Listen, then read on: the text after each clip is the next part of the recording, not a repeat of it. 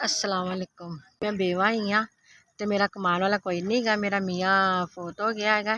एक बच्चा नशाई है। घर मेरा किराए ते गा। मेरे को काम नहीं होंदा।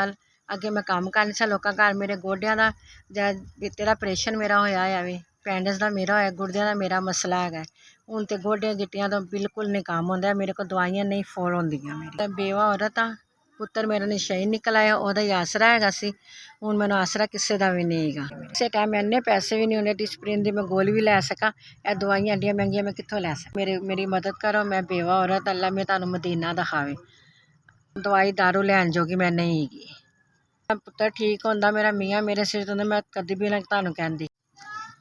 अस्सलाम वालेकुम। 5000 दे के तुसीं साडी मदद कीती। अल्लाह पाक ने कर, अल्लाह पाक तुहानू मिट्टी चुक्को सोना बने। तुसीं साडे गरीबां दी मदद कीती। अल्लाह पाक तुहानू इन्ना कुछ दे, तुहाडे बच्चों दी खैर होए, तुहाडे बच्चों अल्लाह पाक नेक करे, फरमादार करे। अल्लाह पाक तुहानू बच्चों दी तंदरुस्ती देवे। अल्लाह पाक तुहानू साडे गरीबां दी तुसीं मदद कीती। 5000 रुपया दे के अल्लाह पाक तुहाडे बच्चों नू नेक करे।